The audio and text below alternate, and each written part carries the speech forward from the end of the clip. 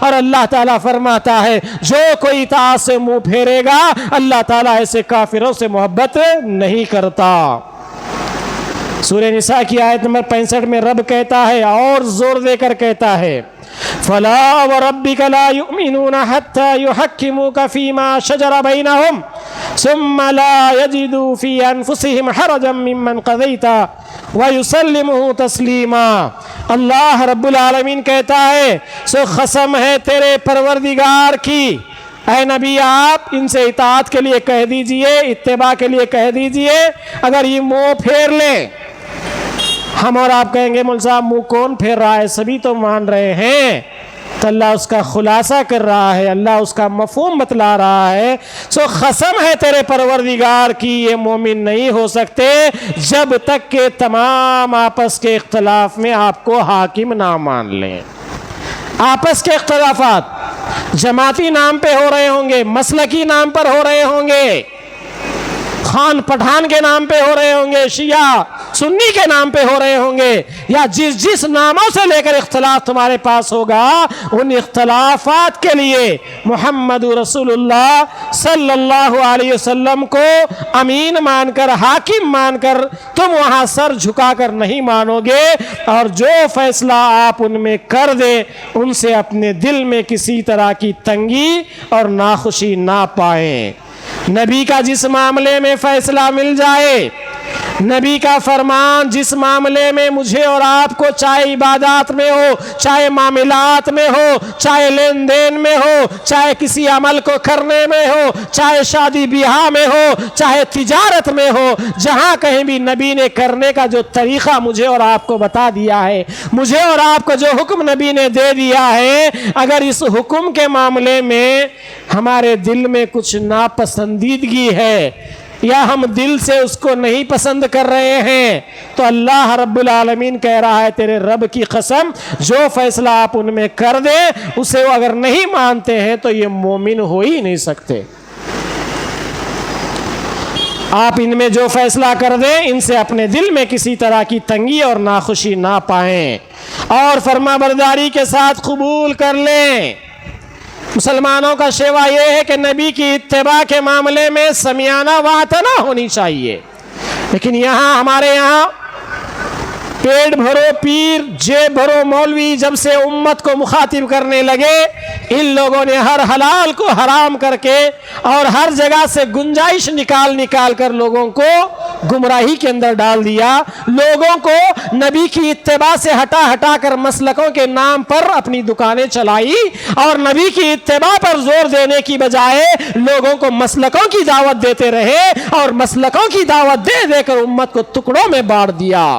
اللہ رب العالمین کہہ رہا ہے وہ مومن ہی نہیں ہو سکتے جو نبی کے فرمان کو, نبی کے, اللہ اس کے رسول کی اطاعت کی دعوت کو, اس اتباع کو جو کوئی نہیں مانے گا یقیناً اس کے لیے بڑا خسارہ ہے, بڑا نقصان ہے, وہ مومن نہیں ہو سکتا. یہ اتباع کی اہمیت ہے رب بتا رہا ہے. سورہ احزاب آیت نمبر 70 میں رب کہتا ہے یا ایھا الذین آمنوا اتقوا اللہ وقولوا قولا سدیدا. ہر خطیب جمعہ میں ان آیتوں کو پڑھتا ہے, ان آیتوں کے ذریعے سے آپ کو نصیحت کرتا ہے, امت مسلمہ کو یہ کہتا ہے کہ اے ایمان والو اللہ سے ڈرو اور سیدھی سیدھی سچی باتیں کیا کرو. کہانیاں قصے ممبروں پر بیان کرنے والوں سے آپ جا کر پوچھئے حضرت آپ فلاں کی کرامت بیان کر رہے تھے, حضرت آپ فلاں بزرگ کے بارے میں واقعہ سنا رہے تھے, ذرا آپ اس کی دلیل دیجئے, آپ اس کے بارے میں کچھ بولیے, تو کیا کہا جائے گا؟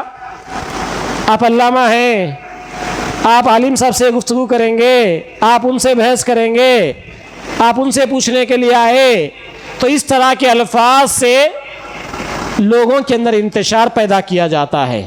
اللہ رب العالمین اس آیت کریمہ میں واضح طور پر کہہ رہا ہے اے ایمان والو اللہ تعالیٰ سے ڈرو اور سیدھی سیدھی سچی باتیں کیا کرو. سیدھی اور سچی, اللہ تاکید کر رہا ہے, باتیں سیدھی ہونا, گول مول گھما پھرا کے نہیں, موقوف آپ کا واضح ہو, آپ کی دعوت واضح ہو, آپ کا بلانا صاف و ستھرا ہو. تو اللہ رب العالمین کہہ رہا ہے آگے یصلح لکم اعمالکم ویغفر لکم ذنوبکم, وَمَن يُطِعِ اللَّهَ وَرَسُولَهُ فَقَدْ فَازَ فَوْزًا عَظِيمًا۔ اگر تم ایسا کرو گے، صاف اور سیدھی باتیں، کھری کھری باتیں اور صاف باتیں کرو گے تو کیا ہوگا؟ اللہ تعالیٰ تمہارے کام سنوار دے گا۔ یہ رونا ختم ہو جائے گا پھر تو، مولوی صاحب کام نہیں بن رہا، مولوی صاحب کاروبار نہیں چل رہا، مولوی صاحب مسائل پڑے ہوئے ہیں، مولوی صاحب وہ بگڑی نہیں بن رہی ہے، مولوی صاحب وہ مسئلہ حل نہیں ہو رہا ہے۔ رب آسان فارمولہ بتا رہا ہے، نبی کی اتباع کرنے والوں، اے ایمان والو، تم قولوا قولا سدیدا، بات کرو تو صاف اور سیدھی کیا کرو، تو کیا ہوگا؟ اللہ رب العالمین تمہارے لیے تمہارے کام سنوار دے گا اور تمہارے گناہ معاف فرما دے گا، اور جو بھی اللہ اور اس کے رسول کی تابعداری کرے گا، اللہ اس کے رسول کی اطاعت و اتباع کرے گا، اس نے بڑی مراد پالی۔ یہاں مراد کا جملہ ہم صرف وہیں خبروں پہ جا کے پا رہے ہیں، وہاں گیا تھا میری جھولی بھر گئی، یہاں گیا تھا میری مراد پوری ہو گئی، فلاں صاحب سے میرا مسئلہ، میری منت پوری ہو گئی، اسی میں ہم ڈوبے ہوئے ہیں۔ اللہ رب العالمین کہہ رہا ہے تمہارے اعمال، تمہارا طریقہ، تمہاری اتباع، تمہاری پیروی اگر محمد رسول اللہ کی طرف ہے، اللہ اس کے رسول کی طرف ہے، تو یقیناً اللہ تعالیٰ تمہارے کام سنوار دے گا، اور اللہ تعالیٰ جس کے کام سنوار دیتا ہے اس نے بڑی مراد پالی۔ میرے بھائیو، یہ اتباع کی اہمیت ہے۔ اگر ہماری زندگی میں اسلام کے لیے جگہ ہے، ہماری زندگی میں اللہ اس کے رسول کی اطاعت و اتباع کا جذبہ ہے، اللہ اس کے رسول کے نقش قدم پر چلنے کا اگر ہمارے اندر جذبہ ہے، تو یقیناً یہ جذبہ ہماری مراد کو کامیاب کرے گا۔ سورہ حدید کی آیت نمبر 28 میں آیا ہے، اللہ رب العالمین فرماتا ہے، اے وہ لوگوں جو ایمان لائے ہو، اللہ سے ڈرتے رہا کرو اور اس کے رسول پر ایمان لاؤ، اللہ تمہیں اپنی رحمت کا دوہرا حصہ دے گا اور تمہیں نور دے گا جس کی روشنی میں تم چلو پھرو گے، اور تمہارے گناہ بھی معاف فرما دے گا۔ اللہ بخشنے والا مہربان ہے۔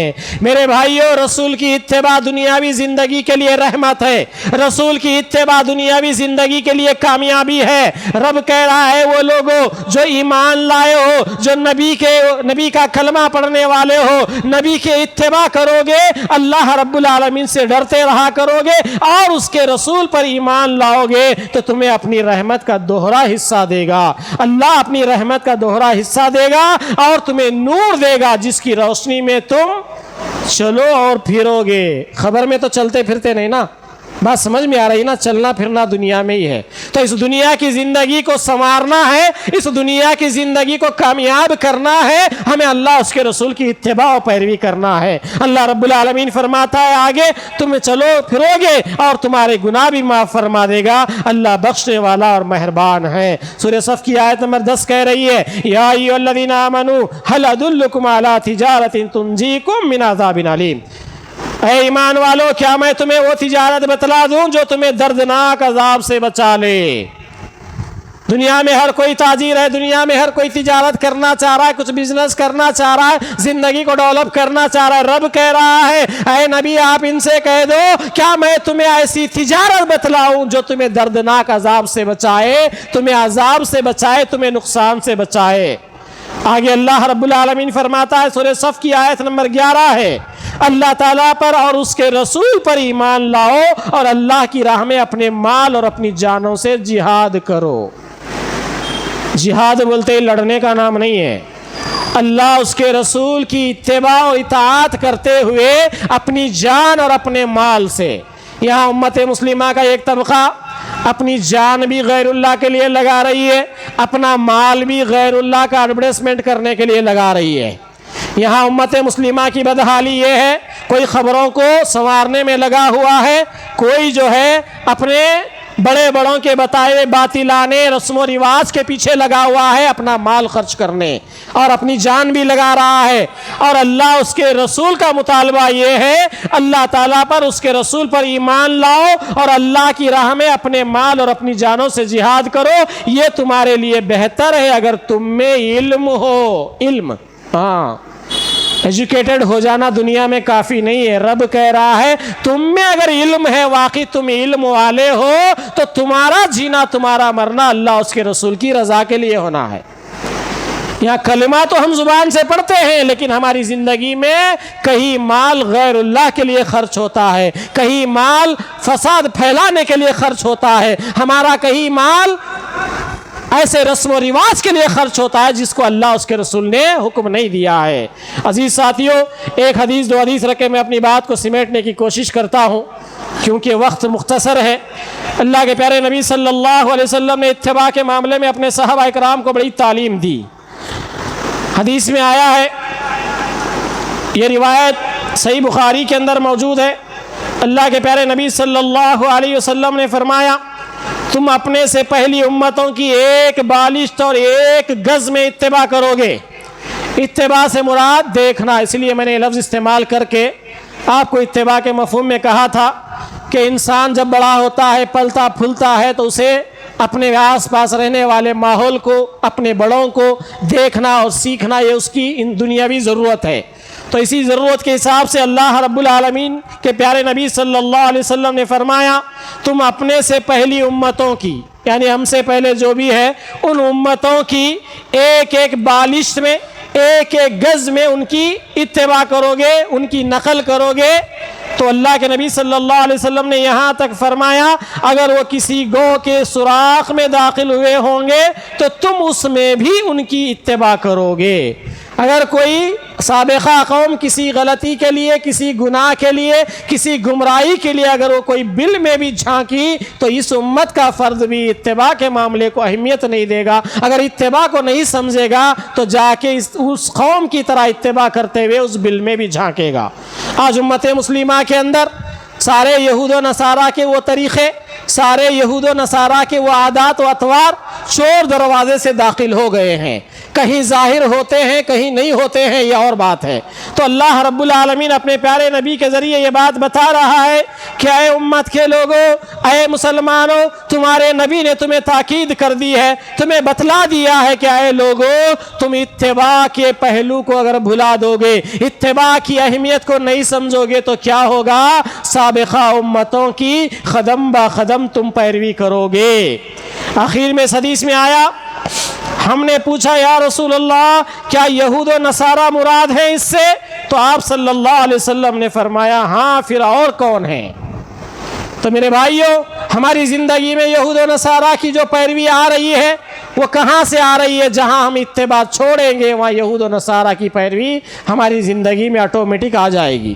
اس لیے مسلمان قوم نبی کی اتباع کے لیے پیدا ہوئی ہے۔ یہ مسلمان قوم اگر نبی کی اتباع، نبی کی اطاعت اگر چھوڑے گی تو یاد رکھیے گا کسی غیر کی اطاعت و اتباع میں چلے جائے گی۔ اس لیے اس امت کو ضرورت ہے، آج کے ہمارے اس معاشرے کو ضرورت ہے کہ ہر حال میں نبی کی اتباع ہماری زندگی کا اوڑھنا بچھونا ہو جائے، تبھی ہم اس دنیا میں کامیابی اور کامرانی حاصل کر سکتے ہیں۔ ایک اور حدیث میں آپ کے سامنے رکھوں، حذیفہ بن یمان رضی اللہ عنہ راوی ہے، وہ کہتے ہیں کہ ہم نے دیکھا کہ ایک شخص رکوع پوری طرح نہ کرتا تھا، نہ سجدہ پوری طرح کرتا تھا، تو آپ نے اس سے کہا تم نے نماز ہی نہیں پڑھی، اور اگر تم مر گئے تو تمہاری موت اس سنت پر نہیں ہوگی جس پر اللہ تعالیٰ نے محمد رسول اللہ کو پیدا کیا ہے۔ میرے بھائی یہ بات کب ہو رہی ہے؟ اگر آج میں بولوں تو کوئی تانے میں کہے گا نہیں انہوں دوسری جماعت کے اس لیے دوسروں کو ٹوک رہے ہیں، بولا جائے گا، یا یہ بولیں گے کہ انہوں دوسرے مسلک کے اس لیے دوسرے مسلک والوں کو بول رہے ہیں۔ میں یہ تمام گندگیوں سے اوپر کی بات کر رہا ہوں، ان تمام جہالتوں سے اوپر کی بات کر رہا ہوں۔ صحابہ کرام کے زمانے میں صحابی رسول کہتے ہیں ایک بندہ نماز پڑھ رہا ہے، وہ وہاں تو شافعی مسلک کی نماز الگ، حنبلی مسلک کی الگ، شافعی حنفی مسلک کی الگ تو نہیں تھی نا بھائی، صحابہ کے پاس یہ چار تو نہیں تھے نا، تو وہاں پر یہ بات ہو رہی ہے۔ صحابی رسول کہہ رہے ہیں ایک بندہ نماز پڑھ رہا ہے، اس کی رکوع سکون سے نہیں تھی، اس کا سجدہ سکون سے نہیں تھا، تو اس سے کہا گیا اے اللہ کے بندے تو نے نماز ہی نہیں پڑھی، اگر تو اسی حالت میں مر گیا تو محمد رسول اللہ کے دین پر نہیں مرا۔ اللہ اکبر۔ میرے بھائیوں، اس حدیث سے نبی کی اتباع کی اہمیت سمجھیے آپ۔ اگر نبی کے عمل کے مطابق آپ کا عمل نہیں ہوگا، آپ نماز پڑھ کر بھی جہالت کی موت مر رہے ہیں، آپ عبادتیں کر کر بھی جہالت کی موت مر رہے ہیں۔ اسی لیے نبی کی اتباع اس امت کے لیے روح کے مانند ہے، جس طرح روح سانس لینے میں تھوڑا ڈسٹرب ہوئی تو کیا کریں گے؟ آکسیجن لگا دیں گے فوری دواخانے میں لے جا کے. کیوں؟ ارے مولوی صاحب ان کو سانس لینے نہیں آ رہا. تو اس امت کے لیے نبی کی اتباع بھی آکسیجن کے مانند ہے. جب جب بھی ان کی سانس رک جائے گی، ان کا دم گھٹے گا، یہ گمراہی کی طرف جائیں گے. اسی لیے نبی نے تاکید کرتے ہوئے کہا اگر تم مر گئے تو تمہاری موت اس سنت پر نہیں ہوگی جس پر اللہ تعالیٰ نے محمد صلی اللہ علیہ وسلم کو پیدا کیا. یہ روایت صحیح بخاری کے اندر 791 حدیث نمبر پر آئی ہے. تو ایک اور حدیث آپ کے سامنے رکھوں کہ نبی کی اتباع کتنی اہم ہے میری اور آپ کی زندگی کے لیے. راوی حدیث حضرت انس رضی اللہ تعالیٰ عنہ ہے. وہ کہتے ہیں کہ نبی کریم صلی اللہ علیہ وسلم نے فرمایا کیا میں تمہیں اہل جہنم اور اہل جنت کے بارے میں بتاؤں؟